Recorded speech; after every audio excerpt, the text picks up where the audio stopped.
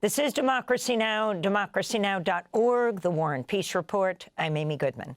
President Trump's escalating his attack on progressives following the assassination of the conservative activist Charlie Kirk and a deadly shooting that targeted an immigration jail and an ICE van in Dallas, Texas.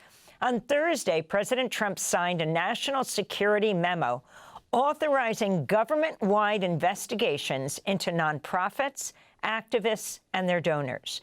The memo calls for the FBI's Joint Terrorism Task Force, quote, to coordinate a, quote, national strategy to investigate, prosecute, and disrupt entities and individuals engaged in political violence, unquote.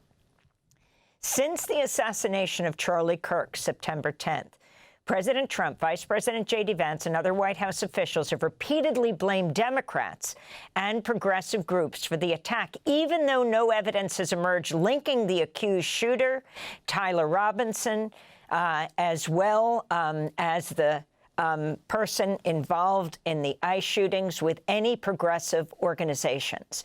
On Thursday, federal authorities said they also have not uncovered evidence linking the man who attacked that ICE facility to outside groups. Wednesday's shooting in Dallas left one ICE detainee dead and 2 migrants critically injured. Authorities say the suspected gunman, Joshua Yan, who died from a self-inflicted gunshot wound, was attempting to target ICE agents, not detainees. This is FBI agent Joseph Rothbach speaking at a news conference yesterday. Yan specifically intended to kill ICE agents. He fired at transport vehicles carrying ICE personnel, federal agents, and detainees. He also fired multiple shots into the windows of the office building where numerous ICE employees do their jobs every day. We now know that Yan engaged in significant high degree of pre-attack planning. He searched for information about the office building and how to track ICE agents' locations. Yan also acknowledged the potential for other casualties. On Thursday, President Trump reiterated his threat against what he called the radical left. Radical left is causing this problem, not the right, the radical left. And it's going to get worse, and ultimately it's going to go back on them. I mean, bad things happen when they play these games. And I'll give you a little clue. The right is a lot tougher than the left. But the right's not doing this.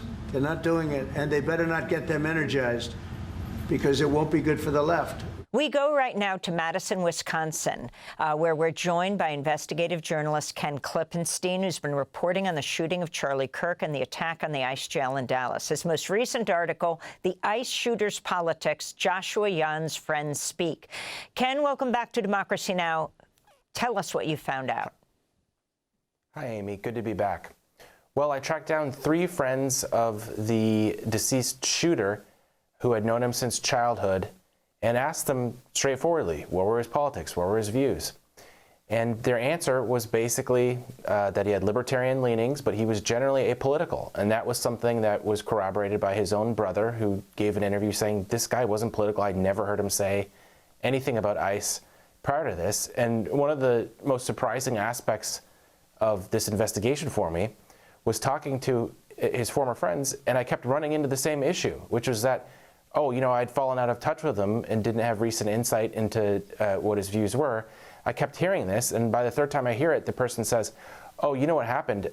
Probably no one knew him recently other than maybe his immediate family, because he started spending huge amounts of time on the anonymous chat forum called 4chan, and just playing video games. So apparently he dropped out of school, kind of became a recluse, lost all social contact, immersed himself in this world of, just to describe 4chan, provocation and trolling, and you know, people would describe it as sort of controversial site. And then there ends up being the shooting, and I ask his friends about it. Okay, he has written on, you know, these unused bullets, anti-ICE. Clearly it's anti-ICE, right? And his friends say, I wouldn't interpret it that way. He was never a sincere guy. Everything he said was laced with irony and sarcasm. He was a very sardonic person. So they were all skeptical of the idea that this was anything but some practical joke. They said that, you know, because of his libertarian leanings, he didn't like the government, and that apparently, according to investigators, was one of the conclusions they came to based on what they've been able to go over that he left behind. But that wasn't specific to the right or the left. That was a general disdain for government and a disdain that he seemed to have for all sorts of things in life. And Kash Patel, the FBI director, tweeting out this picture of one of his bullets saying anti-ICE. And also this misinterpretation, it sounds like you're saying, when they say he's anti-federal government, that it's this particular government, or is it just all government? Yeah, as his friends described to me, it was all government. He was someone who was contemptuous, I would say, of authority in general. I was sent videos of his comedy going back to middle school, and what came across in them was he was always being tongue-in-cheek and making fun of things, which, you know, isn't a problem in itself. But as was described to me, once he started spending all this time on 4chan and gaming, and I want to stress, you know, there are lots of gamers. In his case, though, we're talking over 10,000 hours on just 3 video games, all shooter games, according to his Steam profile, which is like a gaming platform. And, you know, as was described to me, that became his entire community, these chat rooms and the people that he talked to in these video games.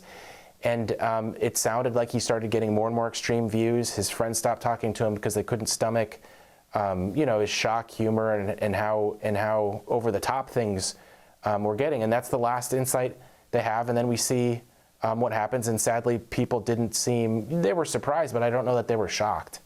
Based on my conversations with his former friends. But yeah, it's a very complicated case to go through, because within just minutes of the investigators getting that photo of the unspent shell casings that had anti-ICE written, FBI Director Kash Patel posted that to social media, which is very unusual. In FBI protocol, they tend to not want to release things because they don't want to harm an ongoing investigation. You know, tip off the people that they're investigating, or in this case, imperil conclusions that the investigators might come to. And of course, social media took that and ran with it and said, right up to President Trump in a statement to Truth Social, saying, you know, this is the radical left. Clearly, look, anti-ICE. That must be the left. And I talked to his friends, and they said, well, that doesn't sound like how the left talks. They say things like abolish ICE, or you know, maybe more fiery language than that. But yeah, there was a lot of skepticism about this very straightforward interpretation of what happened. So do you see similarities between these terminally online nihilistic politics of both Jan and also Tyler Robinson, how he was characterized, the man who assassinated the conservative activist Charlie Kirk? Yes, definitely. At first I thought, you know, gaming has become to young people, it's sort of like the NFL is for lots of folks, including myself. I'm someone that's played video games in the past, plenty. You know, so I don't want to stigmatize it. That being said, the way in which these guys talk is very specific to the subcultural spaces in which they lived. In the case of Tyler Robinson, on Discord, which, you know, in the major press, I think there's confusion about what Discord is. It's basically just WhatsApp for video games. You can make phone calls, video calls, texts, and things. I had sent to me, based on several of these chat rooms that he was in, messages from Robinson, and it was basically the same picture. Not somebody who was overtly political. There was literally one post mentioning Trump and one post mentioning Biden. And in the case of Biden, it was about I think both were about the 2020 election. So of course everyone's paying attention to politics at that time. But it was a very different picture than what you would have gotten certainly from the Trump administration, which took this and ran with it immediately, saying that this is evidence of the out of control, violent assassination culture of the left. But also in major press. I mean, I don't blame people for thinking, okay, well, this must have been political. But when I talked to folks, both in the case of Tyler Robinson, in Utah and in Texas, you quickly get the impression that they both, perhaps like most of the country, despises both political parties to the extent that they had views on politics at all. And I think that picture gets lost when the major media, overwhelmingly based in Washington, you know, I lived there for several years, and the sense is, you know, there's two teams and everybody wants to know which team you are, people generally affiliated with one or the other. That's not how most Americans see politics. And that was perhaps the most normal thing about these two shooters, that they were disengaged with politics. Thanks for watching Democracy Now! On YouTube. Subscribe to the channel and turn on notifications to make sure you never miss a video. And for more of our audience-supported journalism, go to democracynow.org, where you can download our news app, sign up for our newsletter, subscribe to the daily podcast, and so much more.